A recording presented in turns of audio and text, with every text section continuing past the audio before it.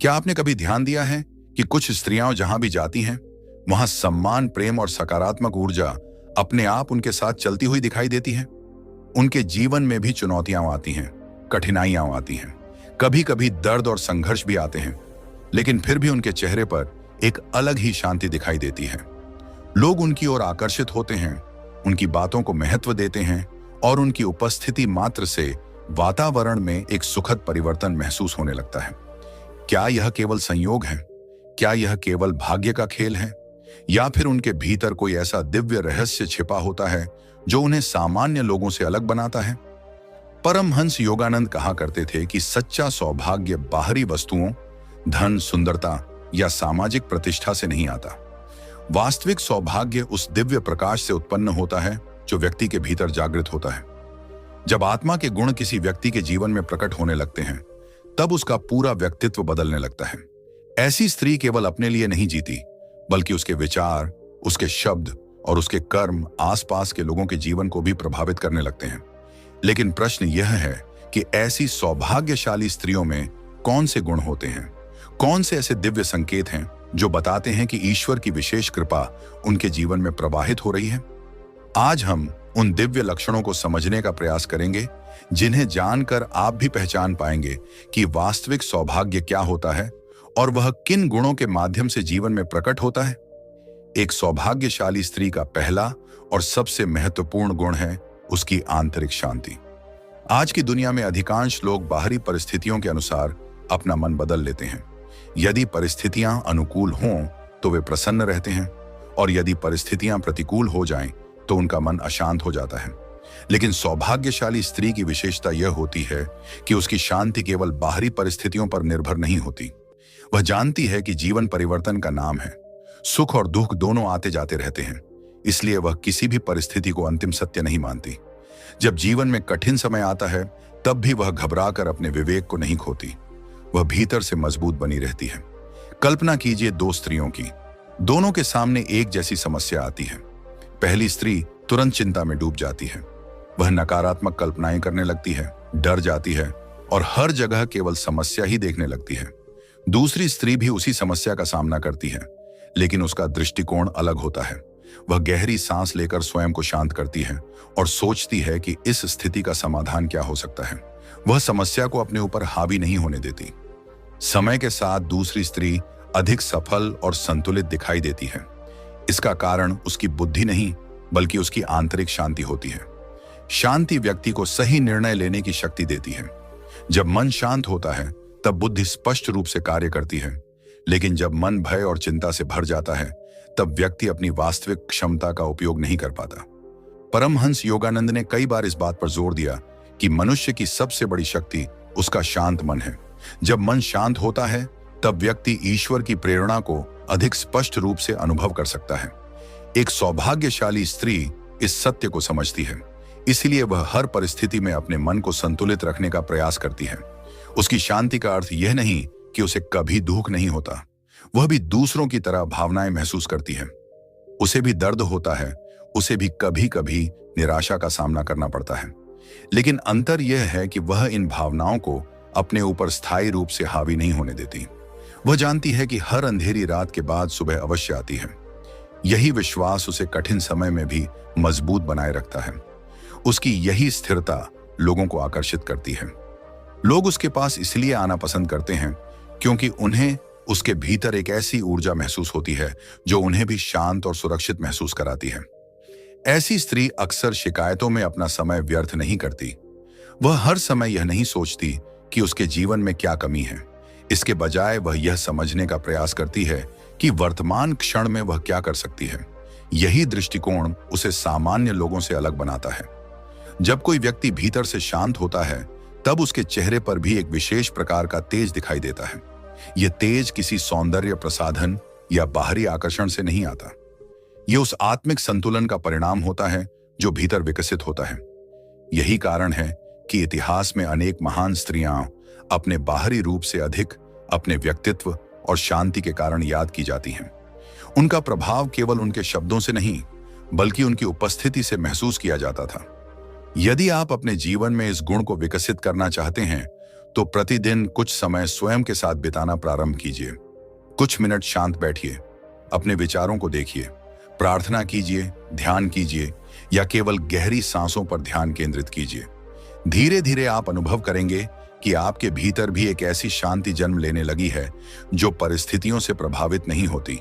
और जब यह शांति विकसित होने लगती है, तब जीवन में अनेक सकारात्मक परिवर्तन स्वतः आने लगते हैं।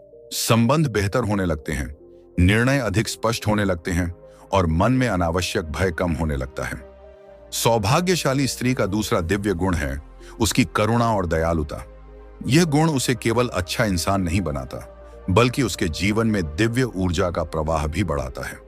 करुणा का अर्थ केवल किसी के दुख पर दया करना नहीं है। करुणा का वास्तविक अर्थ है दूसरों की भावनाओं को समझना, उनकी परिस्थितियों को महसूस करना और जहां संभव हो वहां सहायता करने की इच्छा रखना। आज के समय में लोग अक्सर अपने ही जीवन की समस्याओं में इतने व्यस्त हो जाते हैं कि उन्हें दूसरों का दर्द दिखाई ही नहीं देता। लेकिन सौभाग्यशाली स्त्री का हृदय संवेदनशील होता है। वह केवल अपने सुख दुख तक सीमित नहीं रहती। जब वह किसी को संघर्ष करते हुए देखती है तो उसके भीतर सहायता की भावना जागृत होती है। कभी वह अपने शब्दों से किसी का मनोबल बढ़ाती है, कभी अपनी उपस्थिति से किसी को सांत्वना देती है और कभी अपने कर्मों के माध्यम से किसी के जीवन में आशा की किरण बन जाती है। परमहंस योगानंद का मानना था कि प्रेम और करुणा ईश्वर की सबसे सुंदर अभिव्यक्तियों में से एक है। जब कोई व्यक्ति सच्ची करुणा का अभ्यास करता है, तब वह केवल दूसरे व्यक्ति की सहायता नहीं कर रहा होता, बल्कि अपने भीतर के दिव्य गुणों को भी जागृत कर रहा होता है। सोचिए, जब कोई व्यक्ति दुखी होता है और कोई उसके पास आकर केवल यह कहता है कि मैं तुम्हें समझता हूं, मैं तुम्हारे साथ हूं, तो उसके मन को कितना सहारा मिलता है। कई बार लोगों को समाधान से अधिक समझे जाने की आवश्यकता होती है। सौभाग्यशाली स्त्री इस बात को समझती है। वह केवल सुनती नहीं, बल्कि दिल से सुनती है। वह केवल देखती नहीं, बल्कि महसूस भी करती है। उसकी दयालुता कमजोरी नहीं होती। कई लोग सोचते हैं कि दयालु होना मतलब बहुत नरम होना है, लेकिन वास्तव में करुणा सबसे बड़ी शक्तियों में से एक है। क्योंकि किसी के प्रति प्रेम और सहानुभूति बनाए रखना, तब भी जब दुनिया कठोर होती जा रही हो, यह एक मजबूत आत्मा का संकेत है। ऐसी स्त्री लोगों का न्याय करने में जल्दबाजी नहीं करती। यदि कोई गलती करता है तो वह पहले उसकी परिस्थिति को समझने का प्रयास करती है। वह जानती है कि हर व्यक्ति अपने जीवन में किसी न किसी संघर्ष से गुजर रहा है। इसीलिए उसके शब्दों में कठोरता कम और संवेदनशीलता अधिक होती है। उसके व्यवहार में अहंकार कम और अपनापन अधिक होता है। धीरे धीरे लोग उसके पास अपने मन की बातें साझा करने लगते हैं। उन्हें विश्वास होने लगता है कि यह स्त्री उन्हें समझेगी, उनकी आलोचना नहीं करेगी। यही विश्वास उसके संबंधों को गहरा और मजबूत बनाता है। करुणा का एक और अद्भुत प्रभाव यह है कि यह व्यक्ति के भीतर की नकारात्मकता को कम करती है। जब हम केवल अपने बारे में सोचते हैं, तब छोटी छोटी बातें भी हमें परेशान करने लगती हैं। लेकिन जब हम दूसरों के जीवन को समझना शुरू करते हैं, तब हमारा दृष्टिकोण व्यापक हो जाता है। हम जीवन को अधिक गहराई से देखने लगते हैं। हम समझने लगते हैं कि हर व्यक्ति अपनी यात्रा पर है और हर किसी को प्रेम, सम्मान और समझ की आवश्यकता है। यही कारण है कि करुणामयी स्त्री के जीवन में अक्सर अच्छे लोग आकर्षित होते हैं। उसकी ऊर्जा लोगों को सुरक्षित महसूस कराती है। उसकी उपस्थिति में लोग अपने वास्तविक स्वरूप में रह पाते हैं। और शायद यही सच्चे सौभाग्य का एक बड़ा रहस्य भी है। क्योंकि जीवन में सबसे बड़ा धन केवल पैसा नहीं होता। सबसे बड़ा धन होता है लोगों का विश्वास, उनका प्रेम और उनकी शुभकामनाएं। जिस स्त्री के हृदय में करुणा होती है, वह जहां भी जाती है, वहां अपने पीछे प्रेम और सम्मान की छाप छोड़ जाती है। समय बदल जाता है, परिस्थितियां बदल जाती हैं, लेकिन उसके द्वारा बांटी गई दयालुता लोगों के दिलों में लंबे समय तक जीवित रहती है। यही कारण है कि ऐसी स्त्रियां केवल सफल नहीं होती, बल्कि वास्तव में सौभाग्यशाली कहलाती हैं।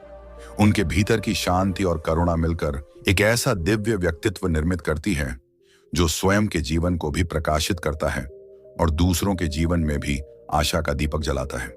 सौभाग्यशाली स्त्री का तीसरा दिव्य लक्षण है सत्य और ईमानदारी। यह ऐसा गुण है जो देखने में साधारण लगता है, लेकिन वास्तव में यही गुण किसी व्यक्ति के पूरे चरित्र की नींव बनता है। परमहंस योगानंद कहते थे कि सत्य केवल बोलने की चीज नहीं है, सत्य जीने की चीज है। जो व्यक्ति सत्य के साथ जीवन जीता है, उसके भीतर एक ऐसी शक्ति विकसित हो जाती है जिसे कोई बाहरी परिस्थिति हिला नहीं सकती। आज के समय में लोग अक्सर सफलता पाने के लिए शॉर्टकट खोजते हैं। कई बार लोग दूसरों को प्रभावित करने के लिए अपने वास्तविक स्वरूप से अलग दिखने का प्रयास करते हैं। कुछ लोग झूठे वादे करते हैं, कुछ दिखावे का सहारा लेते हैं और कुछ ऐसे मुखौटे पहन लेते हैं जो उनके वास्तविक व्यक्तित्व से बिल्कुल अलग होते हैं। शुरुआत में यह सब लाभदायक दिखाई दे सकता है, लेकिन समय के साथ सत्य सामने आ ही जाता है। सौभाग्यशाली स्त्री इस बात को भली भांति समझती है। वह जानती है कि झूठ और दिखावे पर खड़ी हुई कोई भी चीज स्थायी नहीं हो सकती। इसलिए वह अपने जीवन को सत्य की नींव पर बनाती है। उसके शब्द और उसके कर्म एक दूसरे के विरोध में नहीं होते। वह जो सोचती है वही बोलने का प्रयास करती है और जो बोलती है उसे निभाने का प्रयास करती है।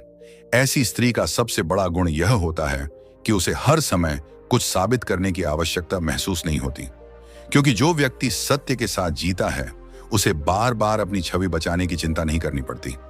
उसे यह डर नहीं होता कि कहीं उसका कोई झूठ पकड़ा ना जाए या कहीं उसकी बनाई हुई नकली पहचान टूट ना जाए।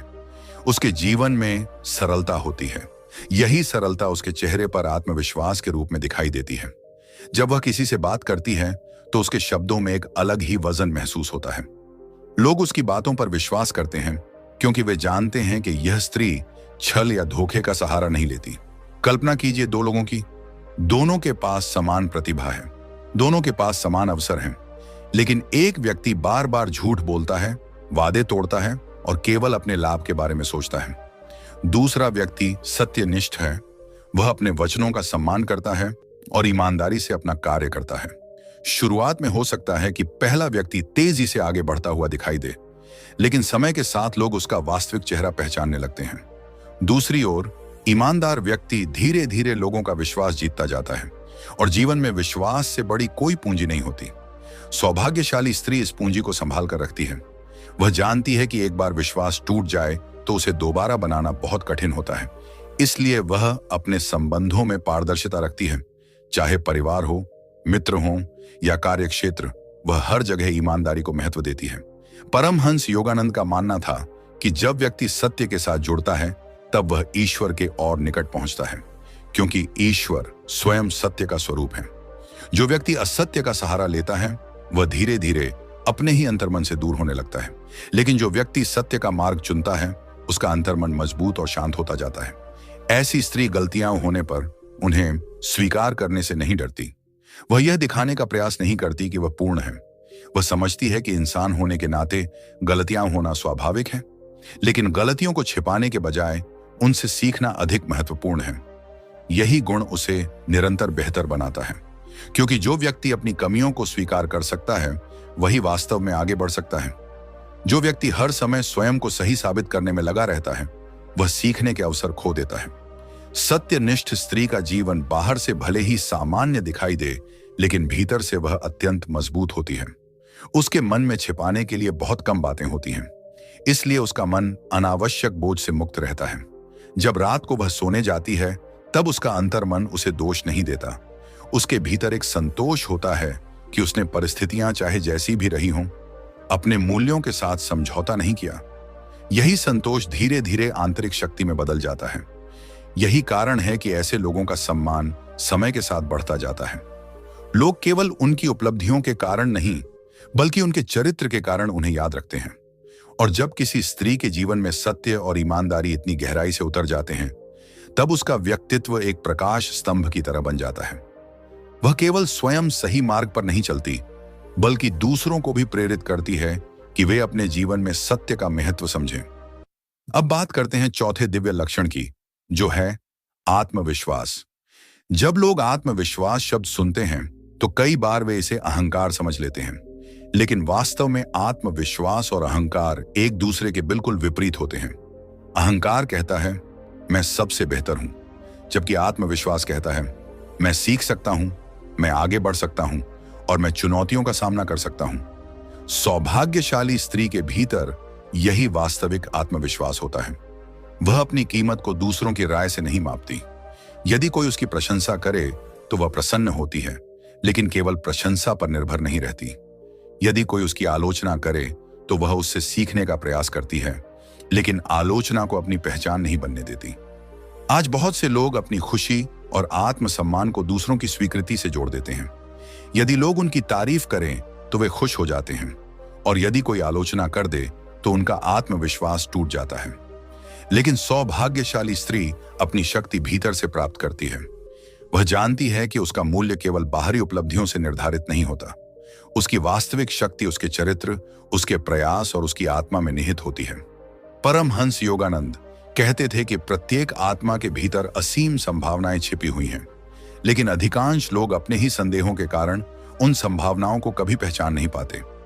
आत्मविश्वास वही शक्ति है जो व्यक्ति को अपने भीतर छिपी हुई क्षमता को देखने में मदद करती है। ऐसी स्त्री चुनौतियों से भागती नहीं। जब जीवन उसके सामने कठिन परिस्थितियां रखता है तब वह डर सकती है, चिंतित हो सकती है, लेकिन रुकती नहीं। वह एक कदम आगे बढ़ाती है, फिर दूसरा कदम और फिर तीसरा कदम। धीरे धीरे वही छोटे छोटे कदम बड़ी उपलब्धियों में बदल जाते हैं। आत्मविश्वास का अर्थ यह नहीं कि व्यक्ति को कभी डर नहीं लगता। वास्तव में आत्मविश्वास का अर्थ है डर के बावजूद आगे बढ़ना। साहस वही है जो भय की उपस्थिति में भी सही कार्य करने की प्रेरणा देता है। सौभाग्यशाली स्त्री यह समझती है कि असफलता जीवन का अंत नहीं है। यदि कोई प्रयास सफल नहीं होता तो वह स्वयं को असफल नहीं मानती। वह केवल यह सोचती है कि इस अनुभव से क्या सीखा जा सकता है। यही सोच उसे बार बार उठने की शक्ति देती है। जहां दूसरे लोग हार मान लेते हैं, वहां वह फिर से प्रयास करती है। उसका आत्मविश्वास दूसरों को नीचा दिखाने पर आधारित नहीं होता। वह स्वयं को बेहतर बनाने पर ध्यान देती है। उसे हर समय प्रतियोगिता करने की आवश्यकता महसूस नहीं होती, क्योंकि वह जानती है कि उसकी यात्रा उसकी अपनी है। जब ऐसी स्त्री किसी कमरे में प्रवेश करती है तो उसका आत्मविश्वास उसके शब्दों से पहले दिखाई देता है। यह आत्मविश्वास शोर नहीं करता, दिखावा नहीं करता। यह शांत होता है, लेकिन बहुत प्रभावशाली होता है। लोग उसकी ओर इसलिए आकर्षित होते हैं क्योंकि उसे स्वयं पर विश्वास होता है, और अक्सर दुनिया भी उन्हीं लोगों पर विश्वास करना शुरू कर देती है जो स्वयं पर विश्वास करते हैं। ऐसी स्त्री अपने सपनों को छोटा नहीं करती केवल इसलिए कि कोई और उन्हें असंभव मानता है। वह अपने भीतर की आवाज सुनती है। यदि उसका अंतर्मन कहता है कि वह कुछ कर सकती है तो वह प्रयास करने का साहस रखती है। यही साहस धीरे धीरे उसके जीवन को बदल देता है। सत्य और आत्मविश्वास जब एक साथ किसी स्त्री के जीवन में उपस्थित होते हैं तब उसका व्यक्तित्व असाधारण बन जाता है। सत्य उसे विश्वसनीय बनाता है और आत्मविश्वास उसे आगे बढ़ने की शक्ति देता है। एक ओर उसका चरित्र मजबूत होता है, दूसरी ओर उसका संकल्प। एक ओर वह ईमानदारी से जीवन जीती है, दूसरी ओर वह अपने सपनों का पीछा करने से नहीं डरती। और यही दोनों गुण मिलकर उसे उन सौभाग्यशाली स्त्रियों की श्रेणी में खड़ा करते हैं जिनके जीवन में केवल बाहरी सफलता ही नहीं बल्कि आंतरिक समृद्धि भी दिखाई देती है। सत्य और आत्मविश्वास जैसे दिव्य गुण किसी स्त्री के व्यक्तित्व को मजबूत आधार प्रदान करते हैं, लेकिन केवल इतना ही पर्याप्त नहीं होता। जीवन में ऐसे अनेक क्षण आते हैं जब परिस्थितियां हमारी इच्छाओं के अनुसार नहीं चलती। योजनाएं विफल हो जाती हैं, लोग साथ छोड़ देते हैं, अवसर हाथ से निकल जाते हैं और भविष्य अनिश्चित दिखाई देने लगता है। ऐसे समय में जो गुण व्यक्ति को टूटने से बचाता है, आगे बढ़ने की प्रेरणा देता है और अंधकार में भी प्रकाश देखने की क्षमता देता है, वह है सकारात्मक सोच। सौभाग्यशाली स्त्री का पांचवां दिव्य लक्षण यही है कि वह परिस्थितियों से अधिक अपनी दृष्टि पर विश्वास करती है। वह जानती है कि जीवन में हर घटना का अर्थ केवल वही नहीं होता जो पहली नजर में दिखाई देता है। कई बार जो चीज हमें नुकसान लगती है वही आगे चलकर किसी बड़े अवसर का द्वार बन जाती है। कई बार जो असफलता हमें निराश कर देती है वही हमें ऐसी शिक्षा दे जाती है जो सफलता कभी नहीं दे सकती। परमहंस योगानंद कहा करते थे कि मनुष्य अपने विचारों से अपना संसार निर्मित करता है। यदि विचार भय, संदेह और नकारात्मकता से भरे हों तो जीवन का अनुभव भी वैसा ही हो जाता है। लेकिन यदि विचार आशा, विश्वास और सकारात्मक ऊर्जा से भरे हों तो वही जीवन नए अवसरों से भरने लगता है। सकारात्मक सोच का अर्थ यह नहीं है कि व्यक्ति समस्याओं को नकार दे या वास्तविकता से आंखें बंद कर ले। यह कोई कल्पना लोक में जीने की कला नहीं है। वास्तविक सकारात्मकता का अर्थ है परिस्थिति को स्वीकार करना और फिर भी विश्वास बनाए रखना कि कोई रास्ता अवश्य निकलेगा। सौभाग्यशाली स्त्री जब किसी कठिनाई का सामना करती है तो उसका पहला प्रश्न यह नहीं होता कि मेरे साथ ही ऐसा क्यों हुआ, बल्कि वह सोचती है मैं इससे क्या सीख सकती हूं। यही एक छोटा सा अंतर उसके जीवन की दिशा बदल देता है। सोचिए, दो लोग की तूफान से गुजरते हैं। एक व्यक्ति केवल अंधकार को देखता है, वह बार बार शिकायत करता है, निराश होता है और स्वयं को परिस्थितियों का शिकार मानने लगता है। दूसरा व्यक्ति भी उसी तूफान का सामना करता है, लेकिन वह यह खोजने का प्रयास करता है कि इस अनुभव में कोई सीख छिपी है या नहीं।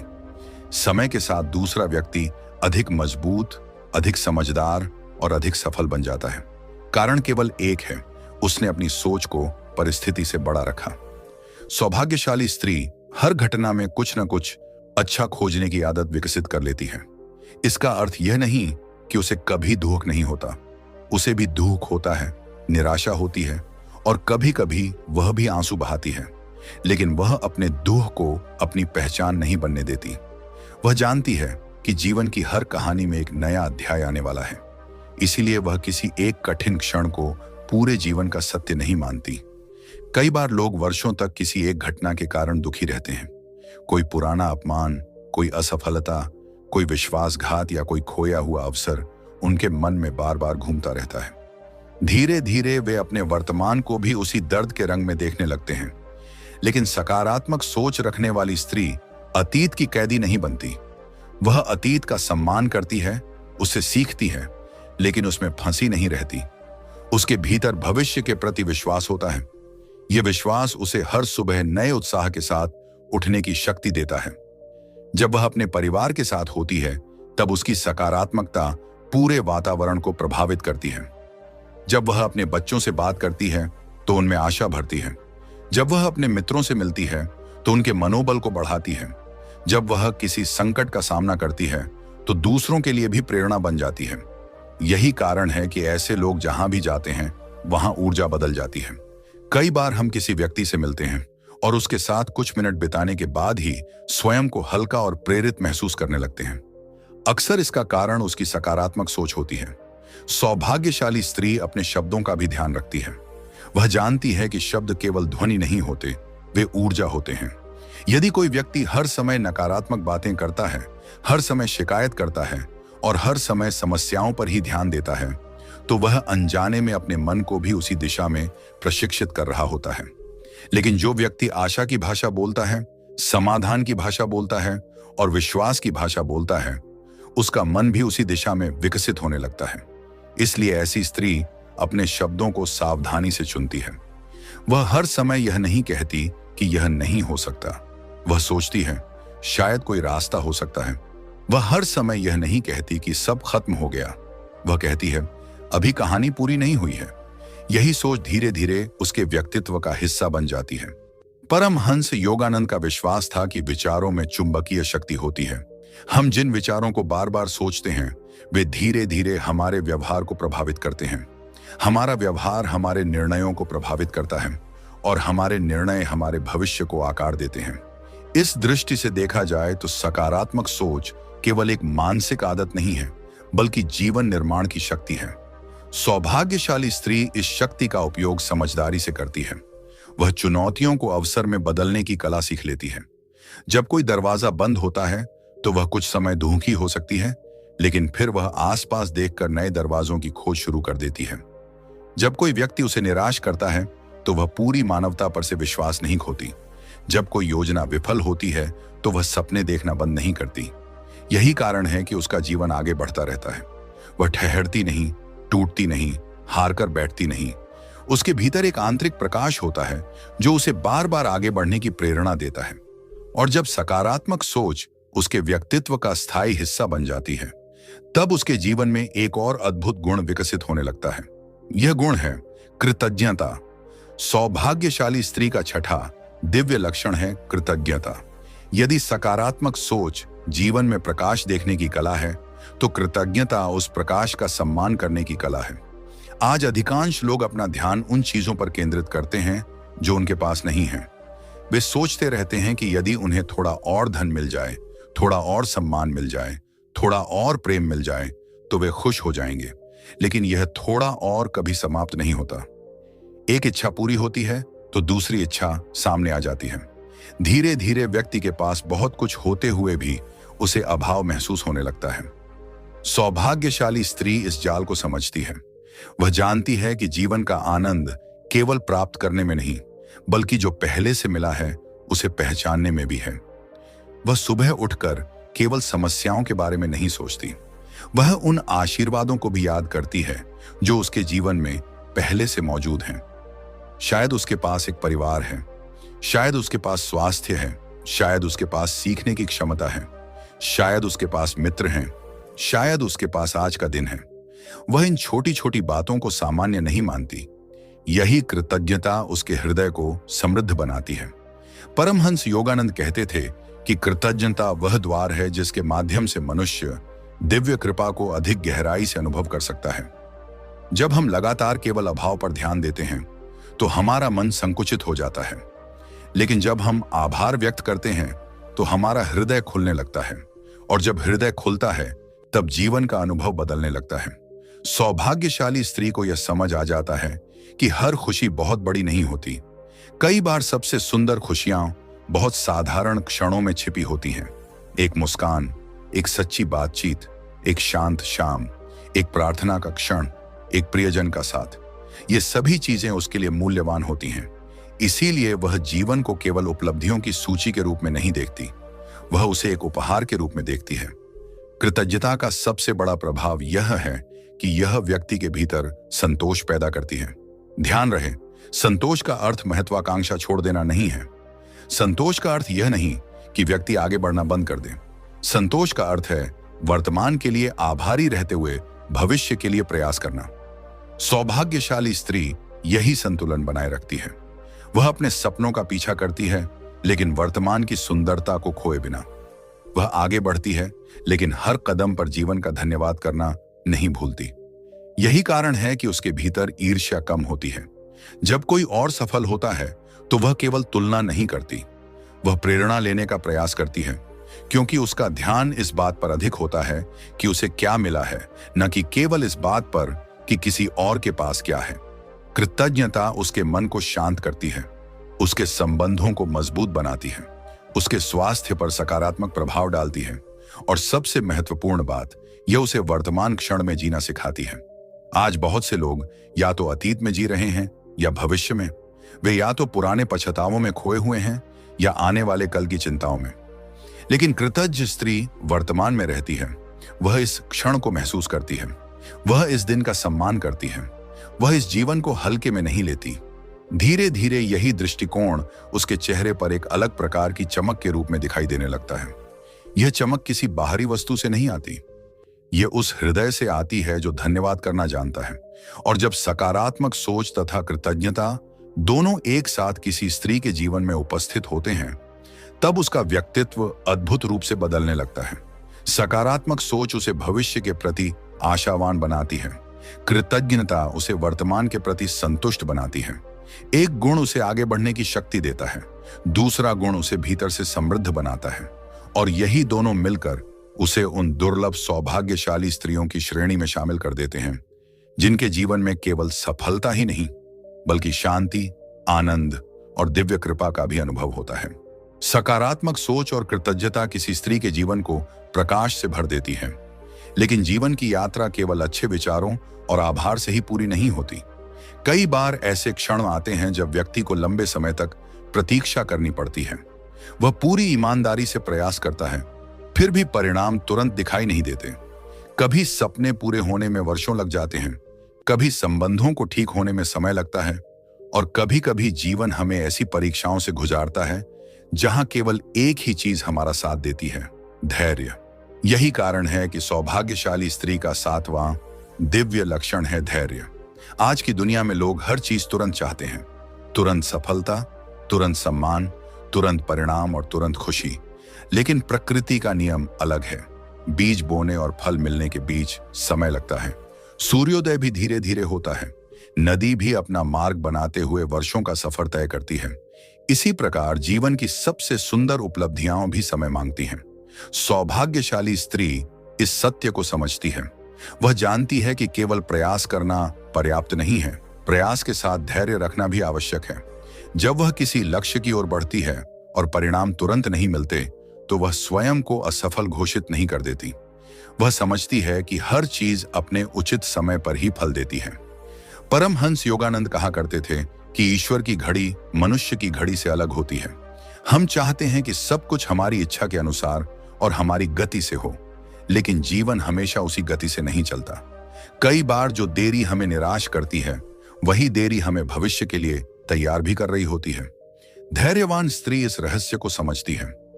वह प्रतीक्षा को दंड नहीं मानती, वह प्रतीक्षा को तैयारी का समय मानती है। जब कोई सपना पूरा होने में समय लेता है, तब वह शिकायत करने के बजाय स्वयं को बेहतर बनाने का प्रयास करती है। जब कोई संबंध कठिन दौर से गुजरता है, तब वह जल्दबाजी में सब कुछ तोड़ने के बजाय समझ और संवाद का मार्ग खोजती है।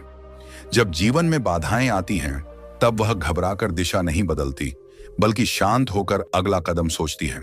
यही गुण उसे दूसरों से अलग बनाता है। आज अधिकांश लोग इसलिए हार मान लेते हैं क्योंकि वे सफलता से कुछ कदम पहले ही रुक जाते हैं।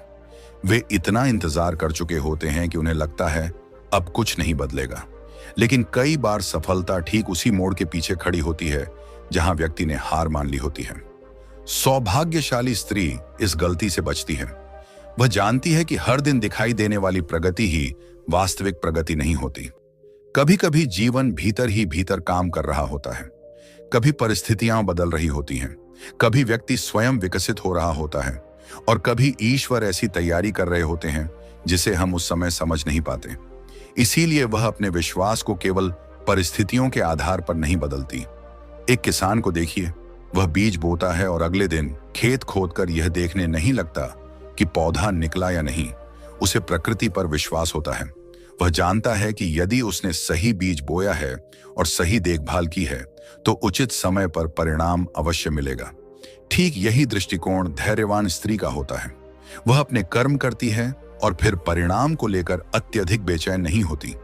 इसका अर्थ यह नहीं कि उसे परिणाम की परवाह नहीं होती, बल्कि वह यह समझती है कि चिंता करने से परिणाम जल्दी नहीं आते, लेकिन शांत और स्थिर रहकर काम करने से सफलता की संभावना अवश्य बढ़ जाती है। धैर्य व्यक्ति को मानसिक शक्ति देता है। जब मन अधीर होता है, तब छोटी सी बाधा भी बहुत बड़ी लगने लगती है, लेकिन जब मन धैर्यवान होता है, तब बड़ी बड़ी चुनौतियां भी संभाली जा सकती हैं। सौभाग्यशाली स्त्री अपने बच्चों के साथ धैर्य रखती है। वह जानती है कि व्यक्तित्व को विकसित होने में समय लगता है। वह अपने संबंधों के साथ धैर्य रखती है। वह जानती है कि विश्वास धीरे धीरे बनता है। वह अपने सपनों के साथ धैर्य रखती है। वह जानती है कि महान उपलब्धियां रातों रात नहीं बनती।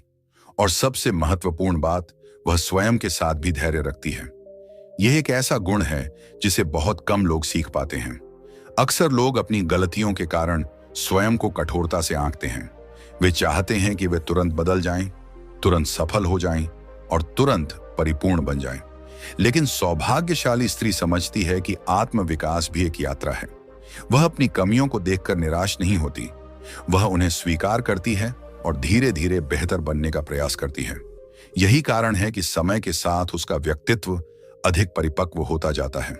धैर्य उसे गहराई देता है। धैर्य उसे स्थिरता देता है।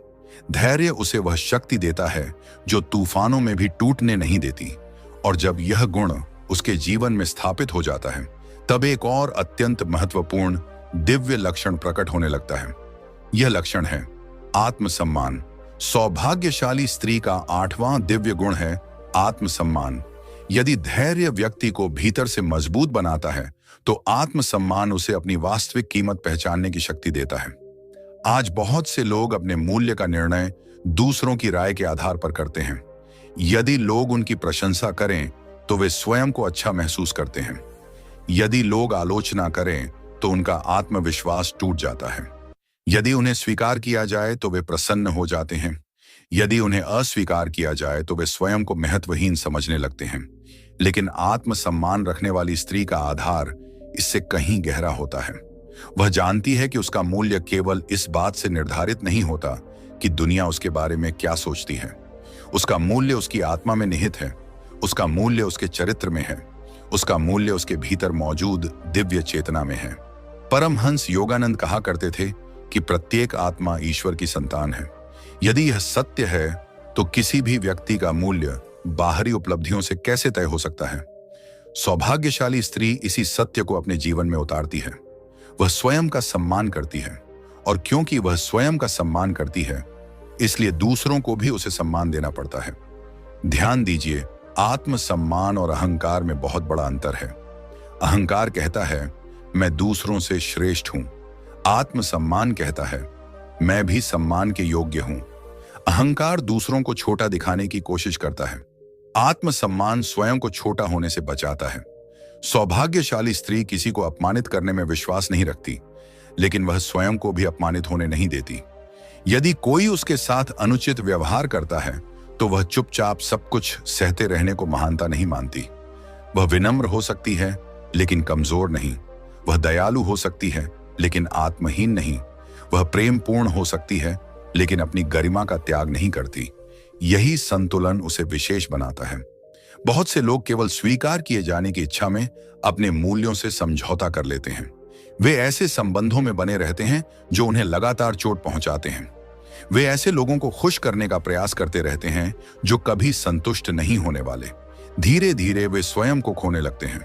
लेकिन आत्मसम्मान रखने वाली स्त्री ये समझती है कि प्रेम और आत्मत्याग में अंतर होता है।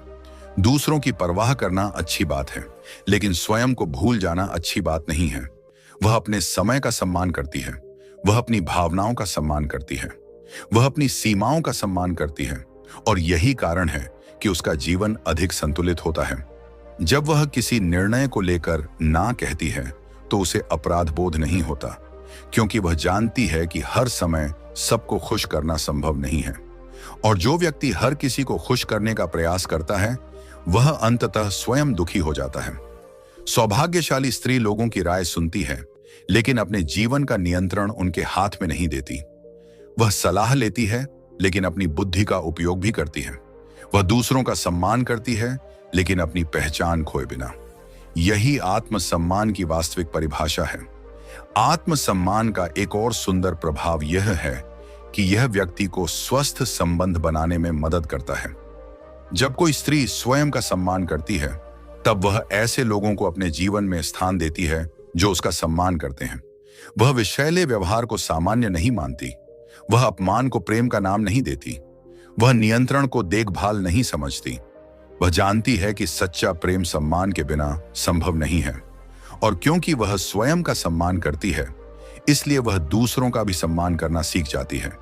यही कारण है कि उसके संबंध अधिक मजबूत, अधिक स्वस्थ और अधिक स्थायी होते हैं।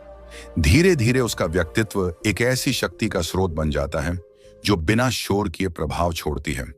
लोग उसके सामने इसलिए झुकते नहीं कि वह डराती है। लोग उसका सम्मान इसलिए करते हैं क्योंकि वह स्वयं का सम्मान करती है। और यही आत्मसम्मान उसे जीवन के हर क्षेत्र में मजबूती प्रदान करता है। जब धैर्य और आत्मसम्मान एक साथ किसी स्त्री के जीवन में उपस्थित होते हैं, तब उसका व्यक्तित्व असाधारण रूप से संतुलित हो जाता है। धैर्य उसे समय की परीक्षा में मजबूत बनाए रखता है। आत्मसम्मान उसे परिस्थितियों के सामने झुकने से बचाता है। धैर्य उसे प्रतीक्षा करना सिखाता है। आत्मसम्मान उसे अपनी कीमत पहचानना सिखाता है। एक गुण उसे स्थिरता देता है, दूसरा गुण उसे गरिमा देता है, और यही दोनों मिलकर उसे उन सौभाग्यशाली स्त्रियों की श्रेणी में स्थापित करते हैं जिनके भीतर केवल सफलता की नहीं बल्कि आत्मिक शक्ति की भी चमक दिखाई देती है। धैर्य और आत्मसम्मान जैसे गुण किसी स्त्री को भीतर से मजबूत बनाते हैं। लेकिन जीवन की यात्रा में एक ऐसी परीक्षा भी आती है जिसे पार किए बिना मनुष्य वास्तविक शांति तक नहीं पहुंच सकता। यह परीक्षा है पुराने घावों, टूटे हुए विश्वासों, कड़वी यादों और मन में जमा हुए दर्द को छोड़ने की। बहुत से लोग वर्षों तक अपने भीतर ऐसे बोझ उठाए रहते हैं जिनका वजन धीरे धीरे उनकी खुशी, उनकी ऊर्जा और उनकी आंतरिक शांति को समाप्त करने लगता है। इसी कारण सौभाग्यशाली स्त्री का 9वां दिव्य लक्षण है क्षमा करने की क्षमता। क्षमा एक ऐसा शब्द है जिसे सुनना आसान है, लेकिन जीवन में उतारना अत्यंत कठिन है। जब कोई हमें चोट पहुंचाता है, हमारा विश्वास तोड़ता है, हमारा अपमान करता है या हमारे साथ अन्याय करता है, तब मन स्वाभाविक रूप से प्रतिक्रिया करता है। क्रोध आता है, दुख होता है और कई बार बदला लेने की भावना भी उत्पन्न हो जाती है। यह सब मानवीय है, लेकिन समस्या तब शुरू होती है जब हम उन भावनाओं को वर्षों तक अपने भीतर संभाल कर रखते हैं।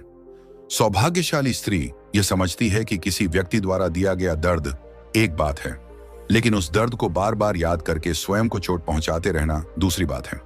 परमहंस योगानंद कहा करते थे कि मन में रखा गया क्रोध जलते हुए कोयले की तरह होता है। हम सोचते हैं कि यह किसी और को नुकसान पहुंचाएगा, लेकिन वास्तव में सबसे अधिक नुकसान हमें ही पहुंचाता है। इसीलिए क्षमा केवल दूसरे व्यक्ति को मुक्त करने का कार्य नहीं है, क्षमा स्वयं को मुक्त करने का निर्णय है। जब कोई स्त्री क्षमा करना सीख जाती है, तब वह अपने अतीत की कैदी नहीं रहती। वह उन घटनाओं को अपने वर्तमान और भविष्य पर शासन नहीं करने देती। इसका अर्थ यह नहीं कि वह गलत को सही मान लेती है। इसका अर्थ यह भी नहीं कि वह हर उस व्यक्ति को अपने जीवन में वापस आने देती है जिसने उसे चोट पहुंचाई हो। क्षमा का अर्थ केवल इतना है कि वह अपने हृदय को नफरत और कटुता के बोझ से मुक्त कर देती है। कई बार लोग सोचते हैं कि यदि वे क्षमा कर देंगे तो इसका मतलब होगा कि जो हुआ वह ठीक था, लेकिन वास्तविकता इससे बिल्कुल अलग है। क्षमा का अर्थ यह नहीं कि जो हुआ उसे स्वीकार कर लिया जाए। क्षमा का अर्थ है कि उस घटना को अपनी शांति नष्ट करने की शक्ति न दी जाए। सौभाग्यशाली स्त्री यह समझती है कि जीवन बहुत छोटा है। यदि वह हर पुराने दुख को अपने साथ लेकर चलेगी तो उसके पास नई खुशियों के लिए जगह ही नहीं बचेगी। सोचिए, यदि कोई व्यक्ति अपने हाथों में भारी पत्थर लेकर चलता रहे तो कुछ समय बाद वह थक जाएगा। ठीक उसी प्रकार मन में भरा हुआ क्रोध और कटुता भी आत्मा को थका देते हैं। धीरे धीरे व्यक्ति मुस्कुराना भूल जाता है, विश्वास करना भूल जाता है, प्रेम करना भूल जाता है। लेकिन जब क्षमा आती है तब भीतर का बोझ हल्का होने लगता है। सौभाग्यशाली स्त्री अपने अनुभवों से सीखती है, लेकिन उनसे कड़वाहट नहीं पालती। यदि किसी ने उसे धोखा दिया तो वह उसे सबक लेती है। यदि किसी ने उसका विश्वास तोड़ा तो वह अधिक समझदार बनती है। लेकिन वह अपने पूरे जीवन को उस एक घटना के आधार पर परिभाषित नहीं करती, क्योंकि वह जानती है कि हर व्यक्ति उसके अतीत जैसा नहीं होगा। हर संबंध उसके पुराने अनुभवों की पुनरावृत्ति नहीं होगा। यही सोच उसे आगे बढ़ने की शक्ति देती है। परमहंस योगानंद का मानना था कि प्रेम मनुष्य की सबसे बड़ी शक्ति है, लेकिन प्रेम तभी विकसित हो सकता है जब हृदय में स्थान हो।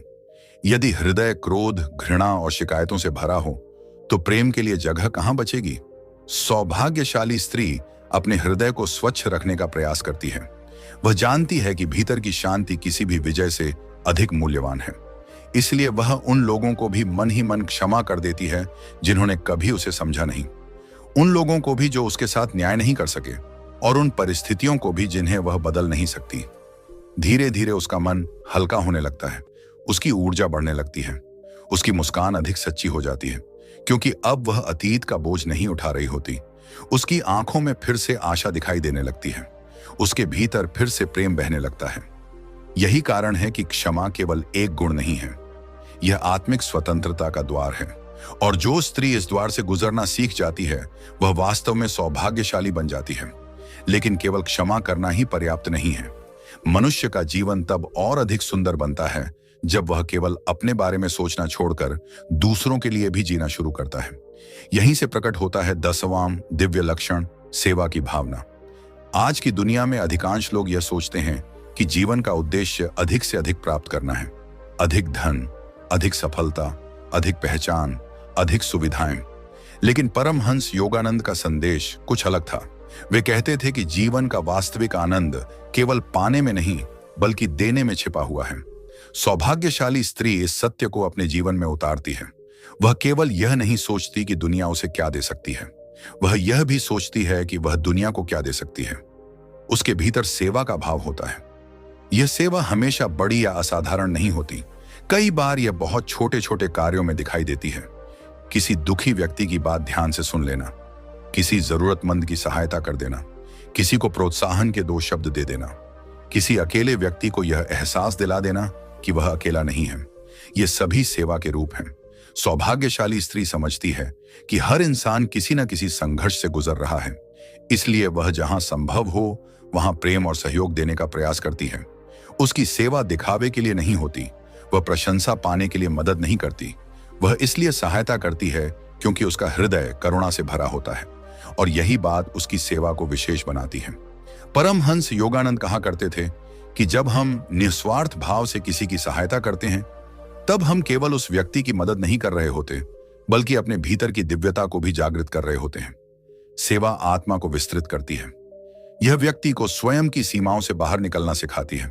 जब कोई स्त्री केवल अपने बारे में सोचती है तब उसकी दुनिया बहुत छोटी हो जाती है। लेकिन जब वह दूसरों के जीवन को छूना शुरू करती है, तब उसकी चेतना विस्तृत होने लगती है। धीरे धीरे वह समझने लगती है कि हम सब एक दूसरे से जुड़े हुए हैं। किसी के चेहरे पर मुस्कान लाना केवल उसका जीवन नहीं बदलता, वह मुस्कान किसी और तक भी पहुंचती है, फिर किसी और तक, और इस प्रकार प्रेम की एक श्रृंखला बन जाती है। सौभाग्यशाली स्त्री इस श्रृंखला का हिस्सा बनती है। वह जहां जाती है वहां अपने पीछे अच्छाई के छोटे छोटे बीज छोड़ जाती है। शायद उसे तुरंत परिणाम दिखाई न दें, शायद लोग हमेशा उसका धन्यवाद भी न करें, लेकिन वह फिर भी अच्छा करती है, क्योंकि उसकी अच्छाई लोगों की प्रतिक्रिया पर निर्भर नहीं होती, वह उसके चरित्र का हिस्सा बन चुकी होती है। ऐसी स्त्री अपने परिवार के लिए सेवा करती है, अपने समाज के लिए सेवा करती है, अपने मित्रों के लिए सेवा करती है, और सबसे महत्वपूर्ण बात, वह मानवता के लिए सेवा करती है।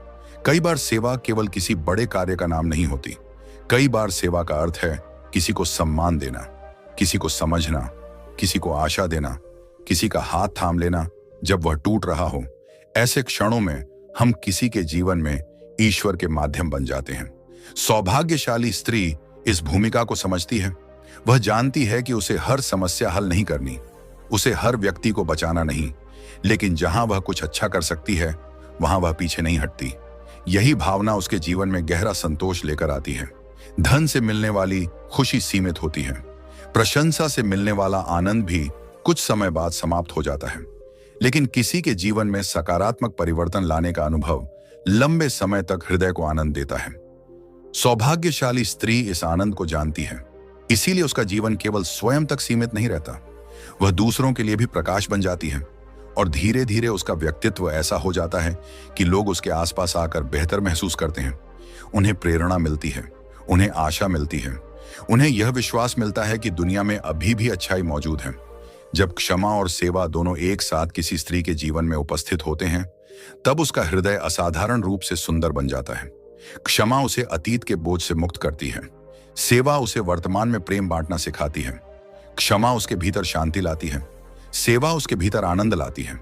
एक गुण उसे भीतर से हल्का करता है, दूसरा गुण उसे भीतर से समृद्ध करता है, और यही दोनों मिलकर उसे उन दुर्लभ सौभाग्यशाली स्त्रियों में शामिल कर देते हैं जिनकी उपस्थिति मात्र से लोगों के जीवन में आशा, प्रेम और सकारात्मक ऊर्जा का संचार होने लगता है।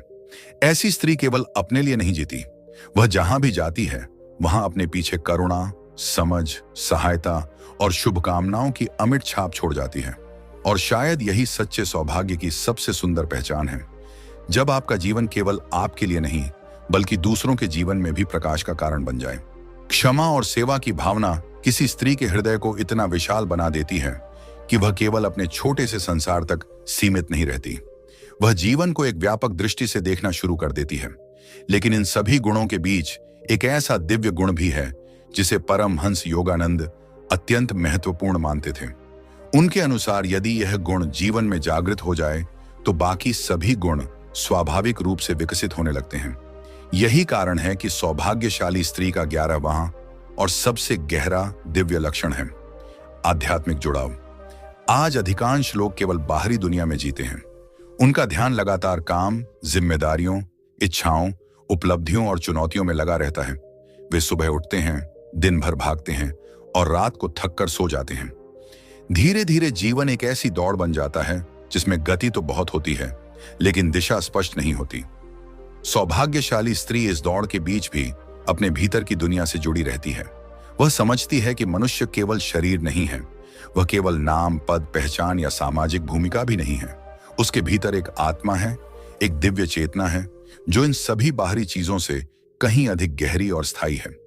परमहंस योगानंद बार बार इस बात पर बल देते थे कि मनुष्य का सबसे बड़ा उद्देश्य अपने भीतर मौजूद दिव्य शक्ति को पहचानना है। जब कोई स्त्री इस सत्य को समझना शुरू करती है तब उसका जीवन बदलने लगता है। अब उसकी खुशी केवल बाहरी परिस्थितियों पर निर्भर नहीं रहती, अब उसकी पहचान केवल लोगों की राय पर आधारित नहीं रहती। अब उसका आत्मविश्वास केवल उपलब्धियों से नहीं आता, क्योंकि उसे अपने भीतर एक ऐसे स्रोत का अनुभव होने लगता है जो कभी समाप्त नहीं होता। आध्यात्मिक जुड़ाव का अर्थ केवल किसी विशेष धर्म का पालन करना नहीं है। यह केवल पूजा पाठ या धार्मिक अनुष्ठानों तक सीमित नहीं है। यह उससे कहीं अधिक गहरी बात है। यह अपने भीतर की शांति को सुनने की कला है। यह अपने अंतर्मन की आवाज को पहचानने की क्षमता है। ये उस दिव्य उपस्थिति को महसूस करना है जो हर समय हमारे साथ होती है। सौभाग्यशाली स्त्री दिन में कुछ समय अपने भीतर झांकने के लिए निकालती है। वह ध्यान कर सकती है, वह प्रार्थना कर सकती है, वह मौन में बैठ सकती है या केवल कुछ क्षणों के लिए अपने मन को शांत कर सकती है। लेकिन वह अपने भीतर के संसार को अनदेखा नहीं करती, क्योंकि वह जानती है कि बाहर की दुनिया को सही ढंग से संभालने के लिए भीतर की दुनिया का संतुलित होना आवश्यक है। जब जीवन में कठिनाइयां आती हैं, तब यही आध्यात्मिक जुड़ाव उसकी सबसे बड़ी शक्ति बनता है। जहां दूसरे लोग पूरी तरह टूट जाते हैं, वहां वह अपने भीतर एक अदृश्य सहारा महसूस करती है। उसे विश्वास होता है कि हर परिस्थिति के पीछे कोई ना कोई उद्देश्य है। उसे विश्वास होता है कि अंधकार स्थायी नहीं है। उसे विश्वास होता है कि ईश्वर की योजना उसकी सीमित समझ से कहीं बड़ी है। यही विश्वास उसे संभाले रखता है। सौभाग्यशाली स्त्री हर घटना को केवल बाहरी दृष्टि से नहीं देखती। यदि कोई सफलता मिलती है तो वह अहंकार में नहीं डूबती। यदि कोई असफलता मिलती है तो वह पूरी तरह निराश नहीं होती, क्योंकि वह दोनों को जीवन की यात्रा का हिस्सा मानती है। उसे समझ आ जाता है कि जीवन की सबसे महत्वपूर्ण उपलब्धि केवल बाहरी सफलता नहीं, बल्कि आंतरिक विकास है। यह समझ उसके व्यवहार को भी बदल देती है।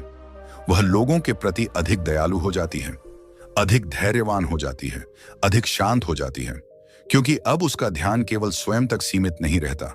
वह हर व्यक्ति में उसी दिव्य चेतना की झलक देखने लगती है।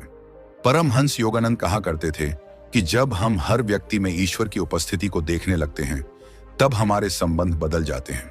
हम कम आलोचना करते हैं, कम घृणा करते हैं, कम ईर्ष्या करते हैं और अधिक प्रेम करते हैं। सौभाग्यशाली स्त्री इसी दिशा में आगे बढ़ती है। वह पूर्ण नहीं होती, उससे भी गलतियां होती हैं। वह भी कभी कभी परेशान होती है, लेकिन हर बार वह अपने भीतर लौटना जानती है। हर बार वह स्वयं को फिर से संतुलित करना जानती है। यही आध्यात्मिक शक्ति उसे जीवन की आंधियों में भी स्थिर रखती है। धीरे धीरे उसका चेहरा बदलने लगता है। उसकी आंखों में एक अलग गहराई दिखाई देती है। उसके शब्दों में एक अलग मिठास आ जाती है। उसकी उपस्थिति में लोग एक अजीब सी शांति महसूस करने लगते हैं, क्योंकि उसके भीतर का संसार अब अधिक शांत, अधिक प्रकाशमय और अधिक दिव्य हो चुका होता है। वह समझ जाती है कि वास्तविक सौभाग्य बाहर नहीं, भीतर जन्म लेता है। और जब यह समझ जीवन में उतर जाती है, तब उसके व्यक्तित्व में पहले बताए गए सभी गुण एक साथ चमकने लगते हैं। यहीं से हम उस महत्वपूर्ण सत्य तक पहुंचते हैं जो इन 11 दिव्य लक्षणों को एक सूत्र में बांध देता है। जब किसी स्त्री के भीतर आंतरिक शांति होती है, तब उसका मन स्थिर रहता है। जब उसके भीतर करुणा होती है, तब उसका हृदय प्रेम से भर जाता है। जब वह सत्य और ईमानदारी का पालन करती है, तब उसका चरित्र मजबूत बनता है। जब उसके भीतर आत्मविश्वास होता है, तब वह चुनौतियों का सामना करने का साहस रखती है। जब उसकी सोच सकारात्मक होती है, तब वह अवसरों को पहचान पाती है। जब उसके भीतर कृतज्ञता होती है, तब वह जीवन की सुंदरता को महसूस कर पाती है। जब उसके भीतर धैर्य होता है, तब वह समय की परीक्षाओं में सफल होती है। जब उसके भीतर आत्मसम्मान होता है, तब वह अपनी गरिमा को सुरक्षित रखती है। जब वह क्षमा करना सीख जाती है, तब उसका मन हल्का हो जाता है। जब उसके भीतर सेवा की भावना होती है, तब उसका जीवन दूसरों के लिए भी उपयोगी बन जाता है। और जब वह आध्यात्मिक रूप से जागृत होती है, तब ये सभी गुण एक साथ मिलकर उसके व्यक्तित्व को दिव्य बना देते हैं। यही इन सभी लक्षणों का वास्तविक प्रभाव है। अक्सर लोग सोचते हैं कि सौभाग्य का अर्थ है अच्छा परिवार, अच्छा धन, अच्छा स्वास्थ्य या सामाजिक प्रतिष्ठा। निश्चित रूप से ये सभी चीजें महत्वपूर्ण हैं, लेकिन यदि किसी व्यक्ति के पास ये सब हो और फिर भी उसका मन अशांत हो, उसका हृदय कड़वाहट से भरा हो और उसका जीवन उद्देश्यहीन लगे, तो क्या उसे वास्तव में सौभाग्यशाली कहा जा सकता है? दूसरी ओर, यदि किसी स्त्री के भीतर ये दिव्य गुण मौजूद हों, तो वह कठिन परिस्थितियों में भी आशा खोज लेती है। वह सीमित संसाधनों में भी संतोष पा लेती है। वह संघर्षों के बीच भी मुस्कुरा लेती है, और यही सच्चे सौभाग्य का प्रमाण है। इन गुणों का प्रभाव केवल उस स्त्री तक सीमित नहीं रहता। उनका प्रभाव उसके परिवार पर पड़ता है, उसके बच्चों पर पड़ता है, उसके मित्रों पर पड़ता है, उसके समाज पर पड़ता है। एक शांत स्त्री पूरे घर में शांति फैला सकती है। एक सकारात्मक स्त्री पूरे परिवार का मनोबल बढ़ा सकती है। एक करुणामयी स्त्री अनेक लोगों के जीवन में आशा जगा सकती है। एक आध्यात्मिक स्त्री दूसरों को भी अपने भीतर झांकने की प्रेरणा दे सकती है। यही कारण है कि महान व्यक्तित्व केवल अपने कार्यों से नहीं, अपने गुणों से भी दुनिया को प्रभावित करते हैं। सौभाग्यशाली स्त्री जहां भी जाती है, वहां एक अदृश्य प्रभाव छोड़ जाती है। लोग शायद हमेशा उसके शब्दों को याद न रखें, लेकिन वे उसके व्यवहार को याद रखते हैं। वे उसकी मुस्कान को याद रखते हैं। वे उसकी दयालुता को याद रखते हैं। वे उस सम्मान को याद रखते हैं जो उसने उन्हें दिया था। वे उस आशा को याद रखते हैं जो उसने उनके कठिन समय में जगाई थी। और यही किसी भी जीवन की सबसे बड़ी उपलब्धि होती है। धीरे धीरे ऐसे गुण व्यक्ति के चारों ओर एक सकारात्मक वातावरण बना देते हैं। लोग उसके पास आना पसंद करते हैं, उससे सलाह लेना पसंद करते हैं, उसके साथ समय बिताना पसंद करते हैं, क्योंकि उन्हें उसके भीतर स्थिरता दिखाई देती है। उन्हें उसके भीतर विश्वास दिखाई देता है। उन्हें उसके भीतर प्रेम दिखाई देता है। और सबसे महत्वपूर्ण बात, उन्हें उसके भीतर वह प्रकाश दिखाई देता है जिसकी खोज हर आत्मा कर रही होती है। परमहंस योगानंद का संदेश यही था कि मनुष्य का जीवन केवल बाहरी उपलब्धियों की सूची नहीं है। जीवन आत्मा के विकास की यात्रा है, और जो व्यक्ति इस यात्रा को समझ लेता है, वह धीरे धीरे वास्तविक सौभाग्य का अनुभव करने लगता है। सौभाग्य तब केवल भाग्य का विषय नहीं रह जाता, वह एक चेतना बन जाता है, एक जीवन शैली बन जाता है, एक आंतरिक अवस्था बन जाता है। और जब कोई स्त्री इन 11 दिव्य गुणों को अपने जीवन में विकसित करना शुरू कर देती है, तब उसका व्यक्तित्व केवल आकर्षक नहीं, प्रेरणादायक बन जाता है। वह केवल सफल नहीं होती, बल्कि सार्थक बन जाती है। वह केवल सम्मानित नहीं होती, बल्कि प्रिय बन जाती है। वह केवल प्रसन्न नहीं होती, बल्कि दूसरों को भी प्रसन्नता देने का माध्यम बन जाती है। यही वह अवस्था है जहां सौभाग्य किसी बाहरी घटना का परिणाम नहीं रह जाता, बल्कि उसके अस्तित्व का स्वाभाविक हिस्सा बन जाता है। और तब उसका जीवन एक ऐसे दीपक की तरह बन जाता है जो स्वयं भी प्रकाश देता है और अपने आसपास के अंधकार को भी दूर करता चलता है। अब एक महत्वपूर्ण प्रश्न सामने आता है, यदि ये सभी दिव्य गुण इतने मूल्यवान हैं, यदि ये वास्तव में किसी स्त्री के जीवन को सौभाग्य, शांति और आध्यात्मिक समृद्धि से भर सकते हैं, तो क्या इन्हें विकसित किया जा सकता है, या फिर ये केवल कुछ विशेष लोगों को ही जन्म से प्राप्त होते हैं? परमहंस योगानंद का उत्तर स्पष्ट था। उनके अनुसार हर मनुष्य के भीतर ये सभी गुण पहले से मौजूद होते हैं। वे बाहर से नहीं लाए जाते, उन्हें केवल जागृत करना होता है। जैसे बादलों के पीछे सूर्य पहले से मौजूद रहता है, उसी प्रकार आत्मा के भीतर ये सभी दिव्य शक्तियां पहले से विद्यमान रहती हैं। आवश्यकता केवल इतनी है कि हम उन बाधाओं को हटाएं जो उनके प्रकाश को ढक रही हैं। सौभाग्यशाली स्त्री और सामान्य स्त्री के बीच सबसे बड़ा अंतर यह नहीं होता कि एक के पास कोई विशेष शक्ति है और दूसरी के पास नहीं।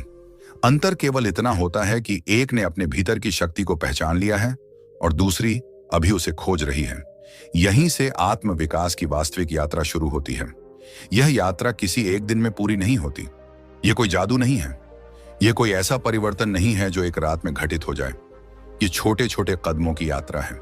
हर दिन थोड़ा बेहतर बनने की यात्रा, हर दिन अपने भीतर थोड़ा और प्रकाश जगाने की यात्रा। जब कोई स्त्री अपने जीवन में आंतरिक शांति विकसित करना चाहती है, तो उसे पहले अपने मन को समझना सीखना पड़ता है। अधिकांश लोग अपने विचारों के पीछे भागते रहते हैं। वे कभी रुककर यह नहीं देखते कि उनके मन में चल क्या रहा है। लेकिन जो स्त्री अपने भीतर झांकना शुरू कर देती है, वह धीरे धीरे अपने विचारों की मालिक बनने लगती है। वह समझने लगती है कि हर विचार सत्य नहीं होता, हर डर वास्तविक नहीं होता, हर चिंता आवश्यक नहीं होती। धीरे धीरे वह अपने मन को दिशा देना सीख जाती है। यही प्रक्रिया शांति की शुरुआत बनती है। उसी प्रकार करुणा भी अभ्यास से विकसित होती है। जब हम किसी व्यक्ति का न्याय करने से पहले उसकी परिस्थिति को समझने का प्रयास करते हैं, तब करुणा जन्म लेती है। जब हम केवल अपनी पीड़ा ही नहीं, बल्कि दूसरों की पीड़ा को भी महसूस करना सीखते हैं, तब हमारा हृदय विस्तृत होने लगता है।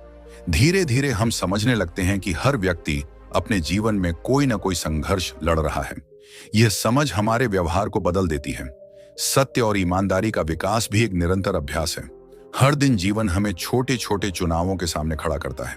कभी सच बोलना आसान नहीं होता, कभी सही निर्णय लेना कठिन होता है, लेकिन हर बार जब हम सत्य का चुनाव करते हैं, तब हमारा चरित्र थोड़ा और मजबूत हो जाता है। धीरे धीरे सत्य हमारे व्यक्तित्व का हिस्सा बन जाता है। आत्मविश्वास भी बाहर से नहीं आता, यह छोटे छोटे साहसी कदमों से पैदा होता है। जब कोई स्त्री अपने डर के बावजूद आगे बढ़ती है, तब उसका आत्मविश्वास बढ़ता है। जब वह असफलता के बाद फिर खड़ी होती है, तब उसका आत्मविश्वास बढ़ता है। जब वह अपनी कमजोरियों के बावजूद स्वयं को स्वीकार करती है, तब उसका आत्मविश्वास बढ़ता है। यही कारण है कि आत्मविश्वास का जन्म सफलता से नहीं, बल्कि प्रयास से होता है। सकारात्मक सोच का भी धीरे धीरे विकसित होता है। हर दिन जीवन हमें दो विकल्प देता है।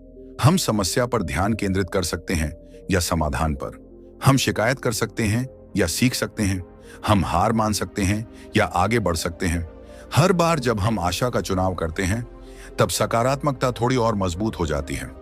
कृतज्ञता का अभ्यास भी अत्यंत शक्तिशाली है।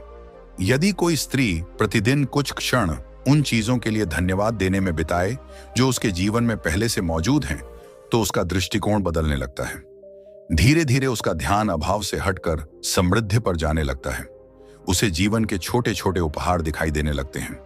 एक नई सुबह, एक स्वस्थ शरीर, एक प्रिय व्यक्ति की मुस्कान, एक शांत क्षण।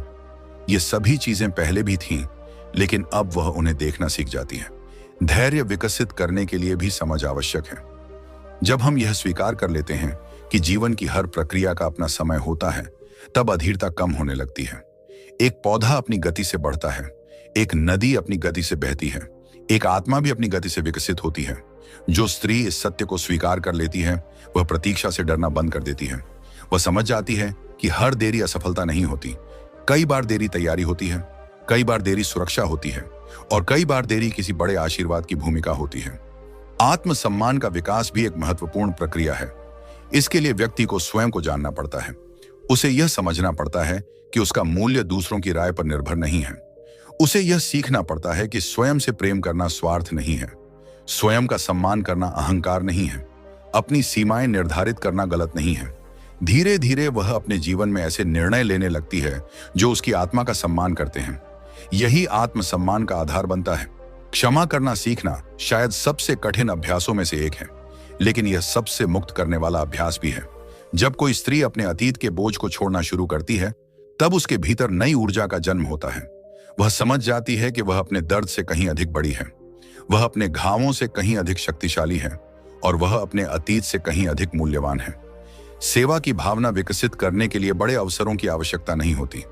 हर दिन हमारे सामने किसी न किसी रूप में सेवा का अवसर आता है। किसी को प्रोत्साहित करना, किसी की सहायता करना, किसी को सम्मान देना, किसी की बात ध्यान से सुनना। इन छोटे छोटे कार्यों के माध्यम से सेवा धीरे धीरे जीवन का हिस्सा बन जाती है। और फिर आता है आध्यात्मिक जुड़ाव। यही वह आधार है जिस पर बाकी सभी गुण टिके होते हैं। जब कोई स्त्री अपने भीतर की चेतना से जुड़ना शुरू करती है, तब वह स्वयं को नए रूप में देखने लगती है। वह समझती है कि वह केवल परिस्थितियों का परिणाम नहीं है, वह केवल अतीत की कहानी नहीं है, वह केवल दूसरों की राय नहीं है। वह एक दिव्य आत्मा है, एक ऐसी आत्मा जिसके भीतर असीम संभावनाएं हैं। यही समझ उसके पूरे जीवन को बदल देती है। धीरे धीरे उसके भीतर एक नया विश्वास जन्म लेने लगता है। एक ऐसा विश्वास जो परिस्थितियों से नहीं टूटता, एक ऐसा विश्वास जो असफलताओं से नहीं मिटता, एक ऐसा विश्वास जो समय के साथ और गहरा होता जाता है।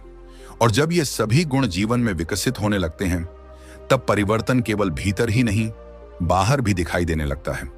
उसकी बातों में मधुरता आ जाती है, उसके निर्णयों में स्पष्टता आ जाती है, उसके संबंधों में गहराई आ जाती है, उसके चेहरे पर शांति दिखाई देने लगती है, उसकी आंखों में विश्वास दिखाई देने लगता है, और उसके जीवन में एक ऐसी ऊर्जा प्रकट होने लगती है जिसे शब्दों में पूरी तरह व्यक्त करना कठिन है।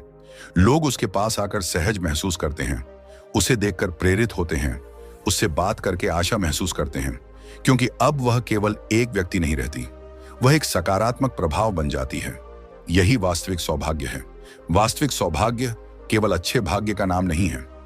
यह केवल धन, सौंदर्य या प्रतिष्ठा का नाम नहीं है। वास्तविक सौभाग्य उस आंतरिक अवस्था का नाम है जहां व्यक्ति स्वयं के साथ शांति में होता है, जहां उसका हृदय प्रेम से भरा होता है, जहां उसका मन आशा से भरा होता है, जहां उसकी आत्मा प्रकाश से भरी होती है। परमहंस योगानंद का पूरा संदेश इसी सत्य के इर्द गिर्द घूमता है। वे हमें याद दिलाते हैं कि जीवन का सबसे बड़ा उद्देश्य बाहरी उपलब्धियों को इकट्ठा करना नहीं है। जीवन का सबसे बड़ा उद्देश्य अपने भीतर की दिव्यता को प्रकट करना है। जब कोई स्त्री यह समझ लेती है, तब उसका जीवन बदल जाता है। अब वह केवल दुनिया से लेने नहीं आती, वह देने भी आती है। अब वह केवल सफलता नहीं चाहती, वह सार्थकता भी चाहती है। अब वह केवल सम्मान नहीं चाहती, वह चरित्र भी बनाना चाहती है। अब वह केवल खुशी नहीं खोजती, वह शांति खोजती है, और यही खोज उसे वास्तविक सौभाग्य तक ले जाती है।